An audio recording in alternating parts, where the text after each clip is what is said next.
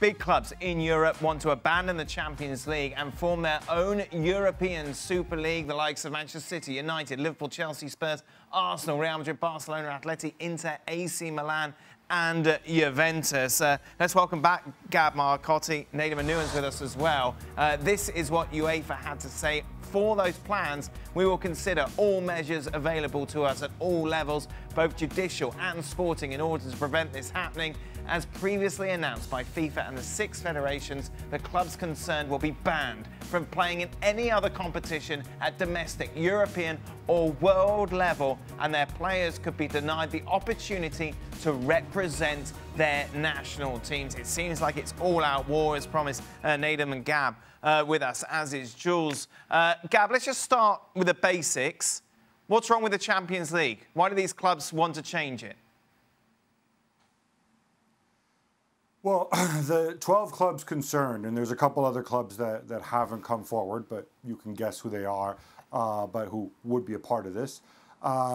They've taken a really hard hit with COVID, a harder hit than other clubs because they rely more on box office receipts and whatnot.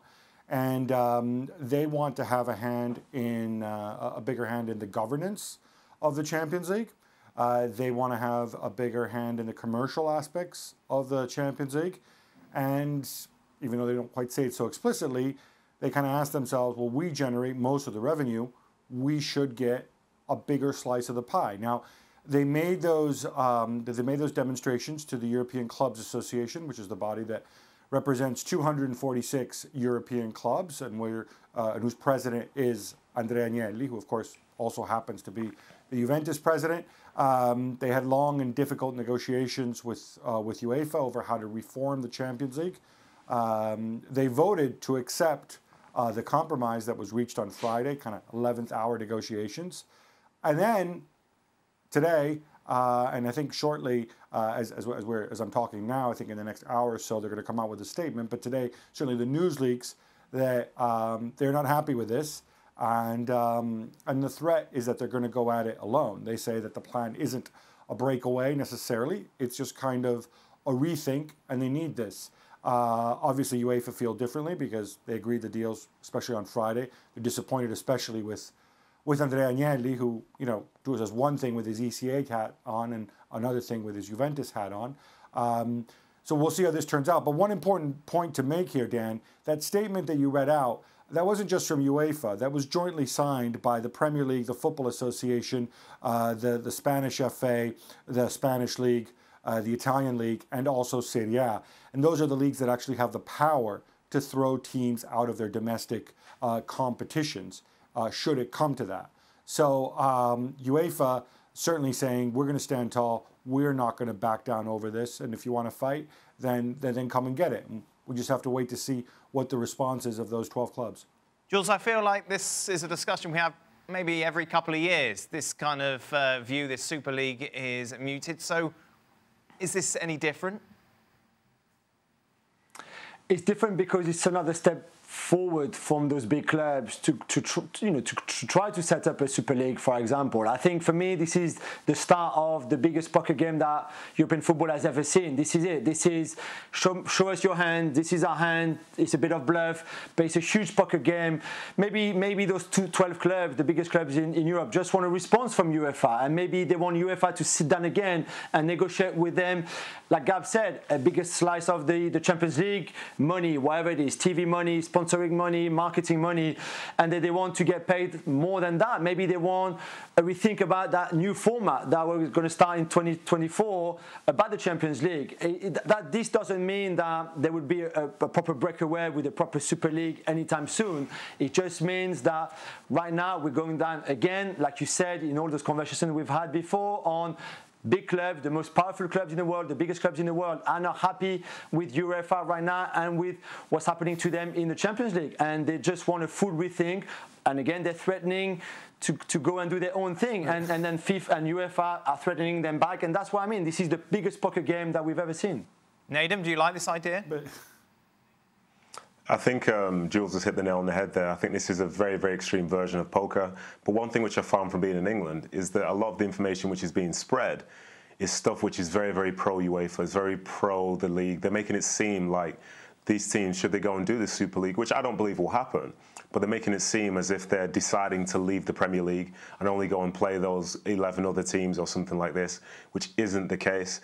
But like I say, I'm not somebody who is against a pushback against FIFA, because I think FIFA and some of the other governing bodies, I think they have at times an excessive amount of power, and I think some of their roles and responsibilities which they have, I don't think they reach the appropriate levels. I think given, for example, the player that got a 10-game ban for racially abusing someone, I think that should have been a lot more, because they say they're on the side of this, but then they only act in such a minimal manner. So as I say, these clubs, they have power. UEFA seems to have all the power, and they have more friends because they're threatening to kick teams out of the leagues and so on and so forth. But the fact is, you know, if you end up kicking those teams out the respective leagues, what value do those leagues have themselves? And I think when all the right information is out there and we can see how the hands are going to play out, I think for some people, a fight against UEFA or whatever isn't going to be something which is going to bring the masses on UEFA's side, and I think some of the clubs might gain some support as well. Gab? Yeah, no, just a couple of things to that. I mean, the clubs would no doubt love to stay in their own domestic leagues and also play in their own breakaway league, which they run and organize, and they can split the revenue among themselves. But ultimately, I think this is a philosophical issue. You know, I think you're either part of a pyramid or you're not part of a pyramid. You're either part of a bigger whole. The domestic leagues are part of that pyramid. And I think the message from UEFA very simply is, if you're part of it, you sat down with us. You sat down with us 48 hours ago and you voted to accept this deal, right? They sat there across from the president of one of these clubs with the full support of the European Clubs Association, and they negotiated this deal. So I take your point about it being poker, but the poker is over. They voted to accept this deal. And so to have this come out now, I think that's why there is a backlash to this. And, you know, obviously it's an extreme case of kicking them out of their national leagues. But if the leagues are willing to do that, if they're willing to call their bluff, you know, that is the price you pay. You're either a part of this or you're not. And I think, you know, they already negotiated a far better deal for themselves. If the situation is so financially dire, as they say, and it certainly is bad post-pandemic, there are other things that you can do to cut costs, like have serious financial fair play, like have salary caps, don't have people go off and talk about restraint of trade and blah, blah, blah, because that's not helping. I think that would be a step forward. So it'll be interesting to see what case they make in their statement to go and make this move. But they, again, I repeat, they insist this is not a breakaway and it's not a closed league. It's simply a league where certain founding members would have some level of control, but others could come in. I think it's going to be something a little bit like EuroLeague basketball is what they're aiming for. Well, thank you very much for watching ESPN on YouTube. For more sports highlights and analysis, be sure to download the ESPN app. And for live streaming, premium content, and let's not forget as well, ESPN FC 7 days a week. Subscribe to ESPN+.